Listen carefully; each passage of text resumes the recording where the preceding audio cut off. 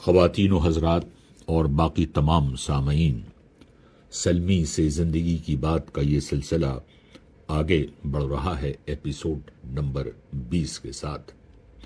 Episode number 19 لے کے آپ کی خدمت میں حاضر ہوا تھا۔ تقریباً 3-4 ہفتے تو ہو گئے ہوں گے۔ تاریخ تھی 31 مارچ، اور اس کے بعد پھر ایک کٹ اینڈ پیسٹ کا ایپیسوڈ بھی آپ کی خدمت میں پیش کیا تھا، جو آپ لوگوں نے بہت سراہا، بہت بہت نوازش، شکریہ بہت آپ کا۔ اور اس کا کوئی ایپیسوڈ نمبر نہیں تھا۔ جیسا کہ میں نے آپ سے گزشتہ ایپیسوڈز میں عرض کیا تھا کہ اب سلمی داخل ہو رہے ہیں منٹو سرکل کے اپنے 10 سال کے سفر کے دوسرے دور میں۔ یہ سفر شروع ہوا تھا جب خالدہ میڈم نے انتہائی شفقت کے ساتھ سلمی صاحب کو اپنی مسکراہٹوں کے ساتھ منٹو سرکل میں داخلے کی اجازت دی تھی پہلی کلاس میں۔ یہ داستان وہاں سے شروع ہوتی ہے 10 سال کی، جو ابھی تک بدستور جاری ہے۔ منٹو سرکل سلمی کے لیے محض ایک اسکول نہیں تھا، ایک تعلیم گاہ نہیں تھی، بلکہ تعلیم گاہ کے ساتھ ساتھ یہاں پر تربیت بھی ہوتی تھی اور پرورش بھی ہوتی تھی۔ اب یہ دیکھیے، لفظ جو میں نے پرورش استعمال کیا ہے، اس کی ایک مخصوص وجہ ہے۔ منٹو سرکل ریزیڈینشیل کیریکٹر ایک اہم حصہ تھا، اور یہاں پر جو بچے آتے تھے مختلف علاقوں سے ہندوستان کے، ان کی نگہبانی، ان کی تعلیم و تربیت، ان کی پرورش اسکول کے اساتذہ کے ذمے ہوتی تھی، وہاں کے ایڈمنسٹریشن کے ذمے ہوتی تھی۔ اور آپ ذرا اندازہ لگائیے، یہ وہ وقت تھا جہاں پر کسی قسم کی ٹیکنالوجیکل ایڈوانسمنٹ نہیں ہوا تھا۔ یہ داستان ریزیڈینشیل کیریکٹر کی جو منٹو سرکل کی تھی، یہ صرف محبت بھرے رشتوں کی بنیاد پر تھی، جہاں پر احساس تھا، احترام تھا، اور ایک دوسرے کی عزت تھی، چاہے وہ عمر میں بڑا ہو یا عمر میں چھوٹا ہو۔ اب یہ بچہ اسکول میں تو ہماری وہاں تک پہنچ نہیں تھی، کیونکہ یہ جو حصہ تھا جس میں ہم تعلیم پا رہے تھے منٹو سرکل کی، اس کو سرورت بھائی نے جیسا فرمایا کہ یار سلمی، یہ پرائمری اسکول اور ایلیمنٹری اسکول، یہ کون سی کلاس سے پہ ختم ہوتا ہے، کون سی کلاس سے شروع ہوتا ہے، وہ سب چھوڑو چھاڑو، ہم تو بچہ اسکول اور بڑا اسکول کہا کرتے تھے۔ تو چلیے جناب، یہ گفتگو شروع ہوتی ہے بچہ اسکول سے، اور بچہ اسکول میں ہماری جو استانیے تھیں، ان کا ایک بہت بڑا رول رہا ہے سلمی کی تعلیم و تربیت و پرورش میں، اور ان تمام اساتذہ اکرام کا، اور جن کو ہم میڈمز کہتے تھے، یا ہم آج بھی ایک عجیب قسم کا ایکسپریشن کا استعمال کرتے ہیں، میڈموں۔ تو یہ میڈموں کا ذکر جو ہے، یہ اگلے ایپیسوڈ نمبر 21 سے شروع ہوگا، اور اب آنے والے جو ایپیسوڈ ہیں منٹو سرکل کے وسیلے سے، وہ پارٹ 1، پارٹ 2، پارٹ 3، پارٹ 4 کے ذریعے آگے بڑھیں گے، کیونکہ منٹو سرکل میری زندگی کا ایک بہت بڑا اور بہت اہم حصہ ہے۔ لہٰذا اس گفتگو کو میں رش نہیں کروں گا. اگر آپ کو پسند آئے تو ضرور فرمائیے گا، اور اگر آپ کو یہ احساس ہو کہ بھئی یہ سلمی صاحب نے کیا شروع کر دیا ہے یار، ایپیسوڈ 20، 21 اور پھر 21 میں پارٹ 1 اور 2 اور 3 اور 4، یہ میں اس وجہ سے کر رہا ہوں کہ جو تفصیلات ہیں وہ بہت اہم ہیں. یہ وہ تفصیلات ہیں جس میں سلمی کی شخصیت نے ایک مضبوط رخ اختیار کرنا شروع کیا تھا. بچہ اسکول سے بہت کچھ سیکھ کر، اب یہ دیکھیے میں سرسری طور پہ ذکر کر دیتا ہوں ان اساتذہ اکرام کا جن سے سلمی نے بچہ اسکول میں زندگی کے طریقے اور زندگی کو جینے کا سلیقہ سیکھنا شروع کیا تھا. اور اس میں زیادہ تر میڈمیں ہوتی تھیں، مطلب میڈمز ہوتی تھیں اس سیکشن میں. اس بچہ اسکول میں 3 ایسے ٹیچرز تھے جو میڈمز کے علاوہ بھی تھے وہاں، اور ان کا نام تھا غزنوی صاحب، وسیع ابا اور انوار الحق حقہ. ان تینوں اساتذہ کا تفصیل سے ذکر ہوگا، لیکن سلمی صاحب کی شخصیت کی ارتقاء میں جو کنٹریبیوشن ہے وہ Khalida madam, Zakia madam, Zahra madam, Qudsia madam, Sajida madam اور 1-2 اور اساتذہ میڈمیں تھیں وہاں، جن کا نام میں غلط طریقے سے نہیں لینا چاہتا. میں اس کو کنفرم کروں گا اور پھر آپ کی خدمت میں پیش کروں گا. انوار الحق حقہ صاحب کا جو رول تھا وہ بہت ہی نمایاں رول تھا ان کا. وہ بچوں سے بے پناہ محبت بھی کرتے تھے اور بڑی تگڑی ستائی کرتے تھے. ایسی ستائی کرتے تھے مطلب ان کی 1 میٹر لمبی تو وہ سنٹی لے کے آتے تھے، اور ان کا رجسٹر میرے خیال سے اس سے بڑا ہو نہیں سکتا تھا اٹینڈنس کا. وہ ان کی پوری میز پر نہیں آ پاتا تھا، میز چھوٹی پڑ جاتی تھی، پتہ نہیں کوئی مخصوص رجسٹر ان کو دیا گیا تھا. اور ان کی جو خاطر وہ کرتے تھے بچوں کی، اس میں جو شامل چیزیں تھیں، جو ان کے پاس اوزار ہوتے تھے، 1 سنٹی، ایک پتہ نہیں کہاں سے وہ اپنی جیب میں کنکری رکھتے تھے یا رسے سے اٹھا لاتے تھے روزانہ. اور وہ جب کان میٹتے تھے تو وہ چھوٹی سی باریک سی کنکری بچوں کے کان کی لو اور اپنے انگوٹھے کے بیچ میں رکھ کے دباتے تھے.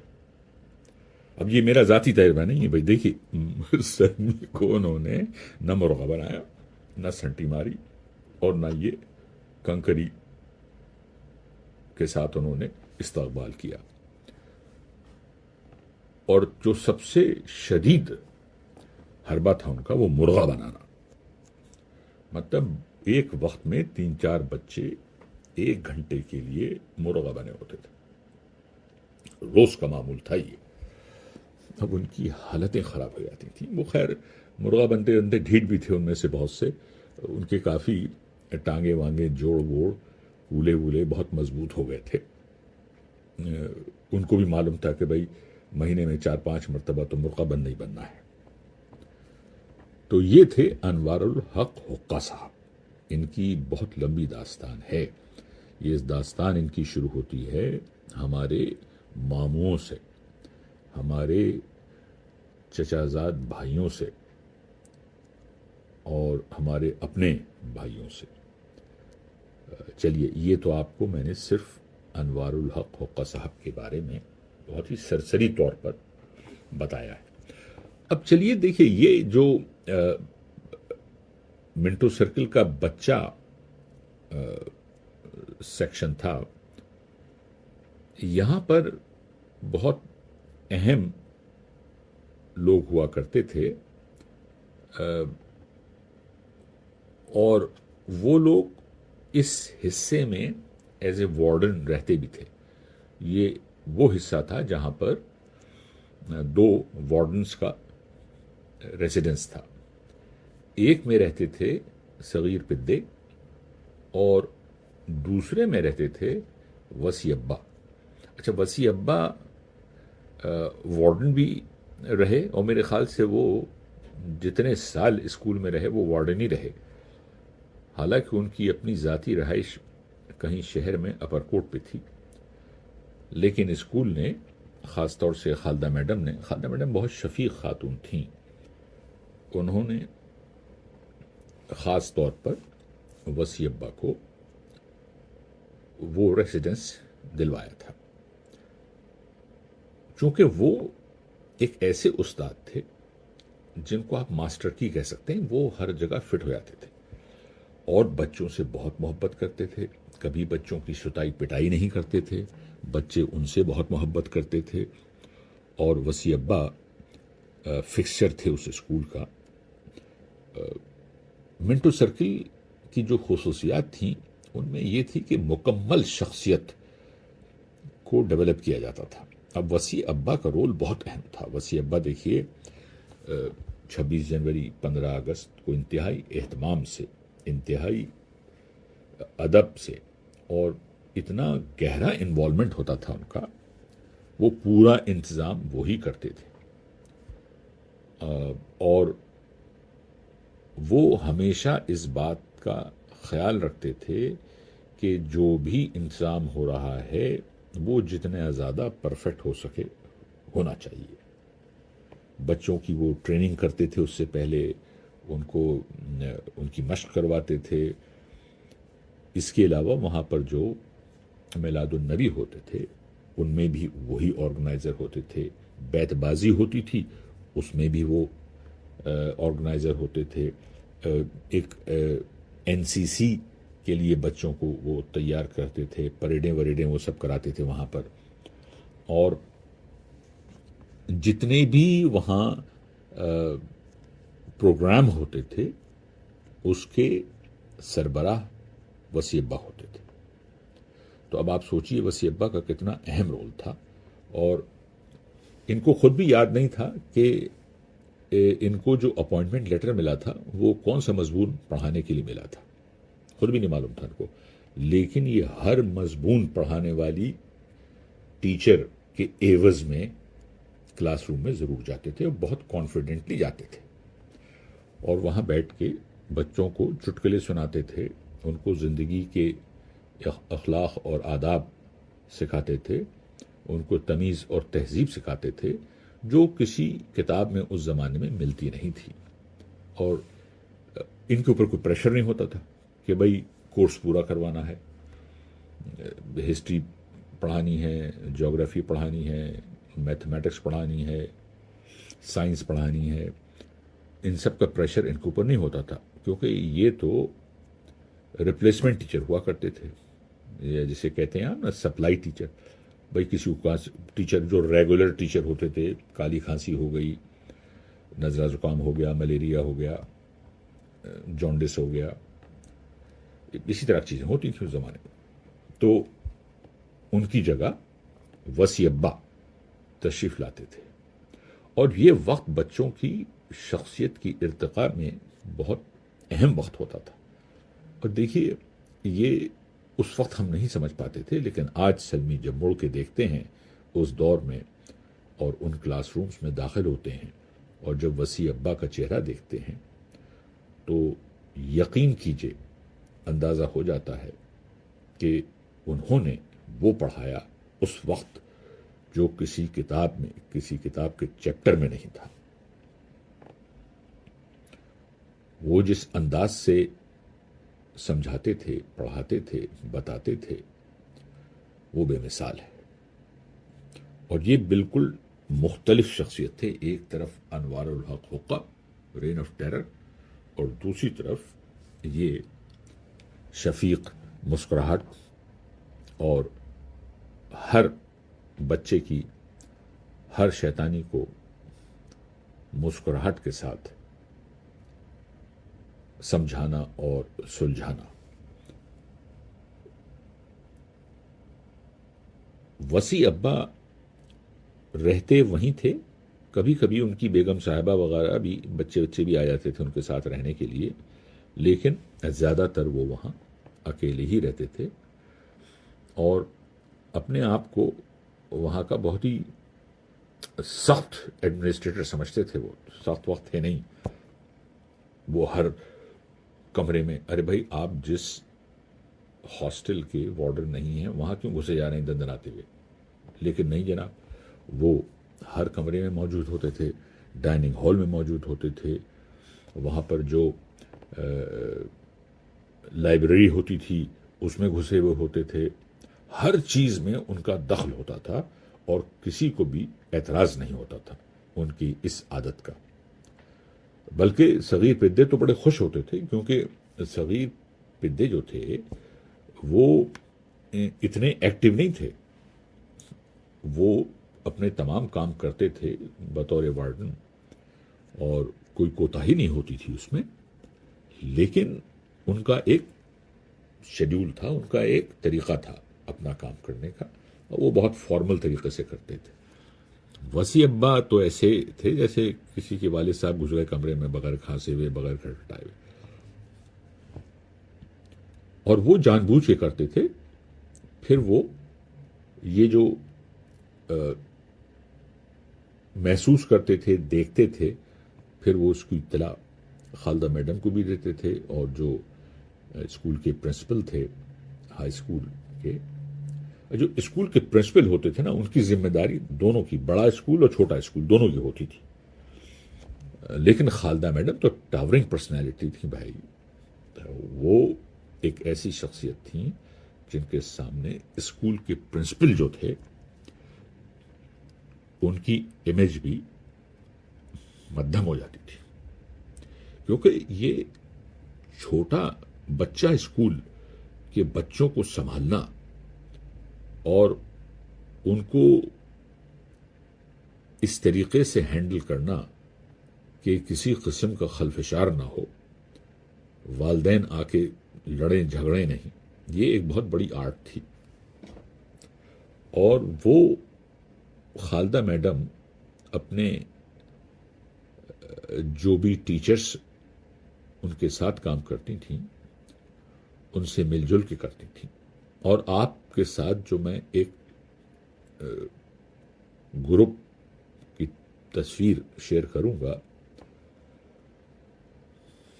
ایپیسوڈ نمبر 21 میں پارٹ 2، غالباً پارٹ 2 شروع ہوگا اساتذہ سے. یہ دیکھیے گلے میں کچھ خراش سی ہے تو میں ایک ذرا سپ لے لیتا ہوں کافی کا.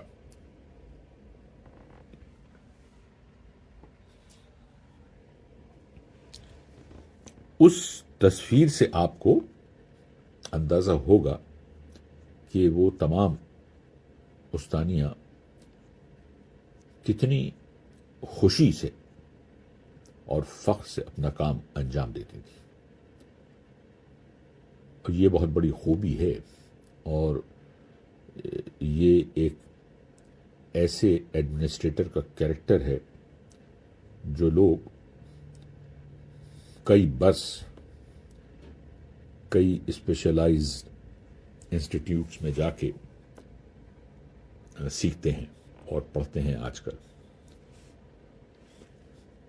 بچہ اسکول نے سلمی صاحب کو تقریباً مکمل طور پہ تیار کر دیا تھا کہ اب سلمی بڑا اسکول جا کے اپنی شرارتوں کے تمام حربے استعمال کریں.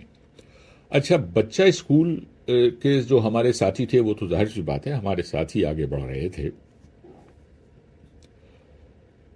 لیکن بڑا اسکول پہنچ کے نئے دوست ملے، وہ لوگ جو اس 10 سالہ سفر میں اس موڑ پر منٹو سرکل میں داخل ہوئے تھے، 6ٹھی کلاس میں، 7ویں کلاس میں، اور وہ دوست آج بھی دوست ہیں۔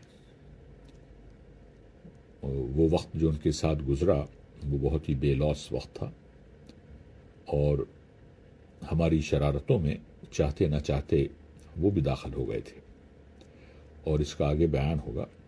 اچھا، ذرا یہ جلدی سے میں ذکر ایک کر ہی دیتا ہوں۔ انوار الحق حقہ صاحب ہمارے ایک کزن ہیں، ہمارے ساتھ کلاس میں ایک سال آگے تھے، وہ ہم سے منو۔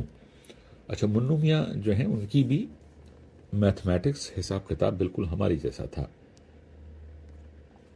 تو وہ اکثر انوار الحق حقہ صاحب کے ہتھے چڑھ جاتے تھے، اور وہ ایسی حماقت کرتے تھے کہ ہمیشہ غلط وقت پہ ہی پکڑ جاتے تھے، اور اکثر ہم اس کلاسوں کے کوریڈور سے گزر رہے ہوتے تھے اور جناب انوار الحق حقہ صاحب کی کلاس چل رہی ہوتی تھی، تو اس میں ہم ذرا جھانک کے کھڑکی سے پیچھے والی سے دیکھتے تھے کہ آج منو میاں کا کیا حشر ہے۔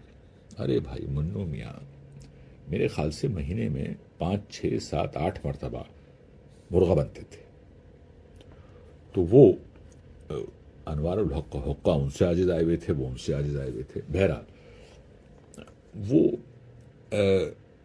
انوار الحق حقہ صاحب جو تھے وہ غالباً جماعت 6 تک پڑھاتے تھے یا 5 تک پڑھاتے تھے۔ بہرحال وہ جو بڑا اسکول تھا وہ شاید 6ٹھی جماعت سے شروع ہوتا تھا یا واٹ ایور۔ تو منو میاں جب 6ٹھی کلاس میں پہنچ گئے تو انہوں نے کہا واہ کیا بات ہے، سکون کہ اب حقہ میاں سے فارغ ہو گئے، اب وہ میتھمیٹکس نہیں پڑھائیں گے کیونکہ وہ صرف بچہ اسکول پڑھاتے ہیں۔ ہماری کلاس میں حقہ صاحب پڑھا رہے تھے، منو میاں سامنے آئے، پہلے دروازے کے بیچ میں کھڑے ہوئے، اور حقہ میاں نے ان کی طرف دیکھا، ابے کیا ہے، کیا فیل ہو گیا ہے؟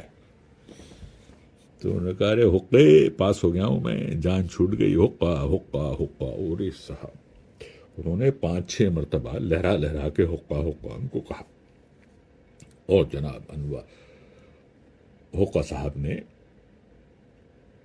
کلاس کو دوڑا دیا ان کے پیچھے، اور بچے جو تھے وہ انتہائی مضبوطی سے منو میاں کو کھینچ کے لے آئے، اور ان کو ہماری ہی کلاس میں مرغا بنا دیا۔ اب منو بڑے ہنگامہ، ارے صاحب یہ ہماری کلاس تھوڑی ہے، آپ اس کلاس میں مجھے مرغا کیسے بنا سکتے ہیں؟ کہنے لگے میں مرغا میں تجھے تیرے گھر میں بنا سکتا ہوں۔ جناب مرغا بن گئے وہ یہ واقعہ ہوا تھا، آدھا گھنٹہ گزر چکا تھا، بڑی خیریت تھی، تو آدھے گھنٹے مرغا بنے رہے وہ۔ اب جناب وہ خیر مرغا بن کے اپنی ناک واک پوچھتے ہوئے، آنسو پوچھتے ہوئے نکلے وہاں سے، اور اپنی کلاس میں دوسرے تیسرے دن وہ 6ٹھی کلاس میں بیٹھ گئے جا کے۔ وہاں کرمانی صاحب پڑھانا شروع کرنے والے تھے، اور منو بہت خوش تھے کہ بھئی اب کرمانی صاحب میتھ پڑھائیں گے، اور جناب وہاں پہنچ گئے انوار الحق حقہ اپنی سنٹی کے ساتھ، بڑے رجسٹر کے ساتھ۔ منو میاں تقریباً چکرا کے گر پڑے، ان کو بچوں نے پکڑ کے سنبھالا کہ بھئی کیا ہوا۔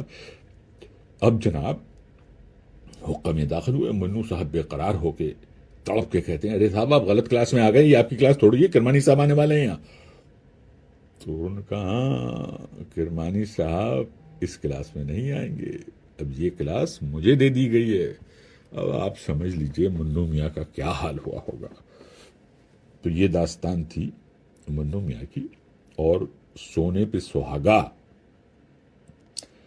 منو میاں اس کلاس میں لڑک گئے، تو ہم پیچھے سے منو میاں کی کلاس میں ان کے کلاس فیلو بھی ہو گئے۔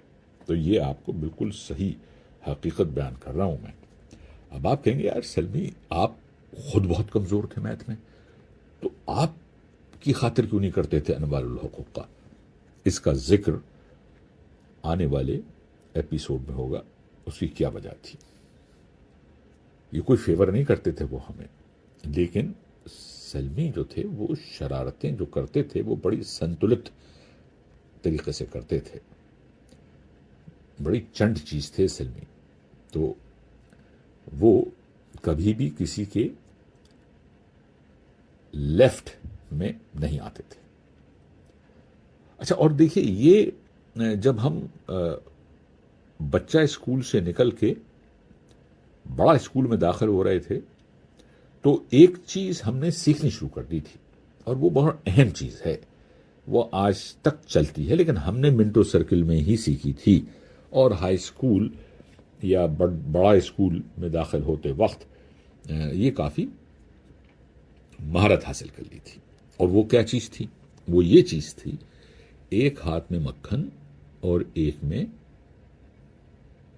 چونا، یہ ساتھ لے کے چلنا بہت ضروری تھا، اور اس کا ایک ریشو ہوتا تھا، بہت سنبھال کے اس کا استعمال کیا جاتا تھا۔ موقع کے حساب سے اگر مکھن کا استعمال کرنا ہے تو وہ ہو گیا، ریشو بہت ضروری تھی اس کی، زیادہ لگا دیا تو پھر کام بگڑ جائے گا، اور موقع کے حساب سے چونا لگا دیا۔ یہ دونوں چیزیں ہم کثرت سے استعمال کرتے تھے، اور بہت زیادہ کارآمد ثابت ہوئی تھیں یہ دونوں چیزیں، یہ ٹیکنیک جو تھی مکھن اور چونے کی، کیا بات ہے۔ اور اس کو استعمال کرتے ہوئے بہت احتیاط اور اسٹریٹجی کی ضرورت ہوتی تھی، کیونکہ یہ ذرا زیادہ کم ہو گیا اگر تو بس سمجھ لیجیے آپ کیا حشر ہوگا آپ کا۔ تو اب یہ میں نے دیکھی تھوڑا سا آپ کو بیان کر دیا کہ یہ سلمی صاحب حقہ کی زد میں کیوں نہیں آئے تھے، اب اس کا بیان آگے ہوگا مزید۔ یہ اس کی جو مکھن اور چونے کی جو اپلیکیشن ہے، اس کا جو ریشو ہے، اس کو کیسے، کب، کس وقت، کس طرح استعمال کرنا ہے، اس کا بیان آگے ہوگا۔ دیکھیے یہ اب 27 منٹ ہو چکے ہیں، اور یہ ایک طرح سے ٹیزر تھا، یہ جو ایپیسوڈ ہے نا، یہ اب ذرا گہرائی میں، سنجیدگی میں یہ داخل ہوگا ایپیسوڈ نمبر 21 کے ساتھ پارٹ 1۔ اتنا زیادہ سنجیدہ نہیں ہوگا کہ آپ لوگ زار و قطار رونے لگیں، ظاہر سی بات ہے، سلمی جب بیان کرتے ہیں تو اس میں بہت سے جملے بہت زیادہ گہرے ہو جاتے ہیں، اور پھر اس کے بعد وہ ایک دم پلٹا کھاتے ہیں، اور پھر وہی اپنا اول جلول تفریح والی باتیں شروع ہو جاتی ہیں، مگر ان دونوں کا ایک ساتھ چلنا بہت ضروری ہوتا ہے، کیونکہ دیکھیے زندگی اس زمانے میں جس طریقے سے وہ بچپن ہمارے ساتھ ہم کو بہت کچھ سکھا رہا تھا، اس میں ان دونوں چیزوں کا شامل ہونا بہت ضروری تھا۔ بھئی مکھن اور چونے کا تو خیر ضروری تھا، لیکن سنجیدگی بھی اور مذاق بھی، اور وہ جب دونوں ایک ساتھ چلتے ہیں تو پھر اس پرورش کا لطف کچھ اور ہی ہو جاتا ہے۔ سادگی بہت تھی، کوئی جاگیردارانہ نظام سے نہیں آیا تھا، کم از کم ہم لوگ تو نہیں آئے تھے۔ وہاں پر صرف اور صرف جو ہمیں سکھایا جا رہا تھا، بتایا جا رہا تھا، سمجھایا جا رہا تھا، وہ یہ تھا کہ بڑوں کی عزت اور ادب، چھوٹوں کا لحاظ، شیطانی جاری رہے، پڑھائی میں کوتاہی نہ ہو، صحت کا خیال رہے۔ اب یہ دیکھیے صحت کے بارے میں بھی آگے ذکر ہوگا، آپ لوگوں کو میں ایسے ایسے واقعے یاد دلاؤں گا کہ آپ کہیں گے یار بات تو تم صحیح کہہ رہے ہو۔ اب اس گفتگو کو میں دیکھیے یہیں پر ختم کر رہا ہوں، حالانکہ دل تو بہت چاہ رہا ہے اور مزید گفتگو کرنے کا، لیکن آپ کے قیمتی وقت کا بھی تو احساس ہے بھائی۔ یہ اب 29 منٹ اور 30 سیکنڈ ہو چکے ہیں، سلمی کو اجازت دیجیے۔ سلمی سے زندگی کی بات کا سلسلہ آگے بڑھے گا، اور جلدی ہی آپ کی خدمت میں حاضر ہوں گا۔ اب یہ نہیں کہوں گا میں کہ 2-3 دن کے بعد، ورنہ آپ جو ہیں وہ سنٹی لے کے شروع کر دیں گے میری پٹائی کہ بھئی تم ہر بار یہی کہتے ہو کہ 2-3 دن میں حاضر ہوتا ہوں۔ میں جلدی ہی حاضر ہوں گا، بہت بہت شکریہ.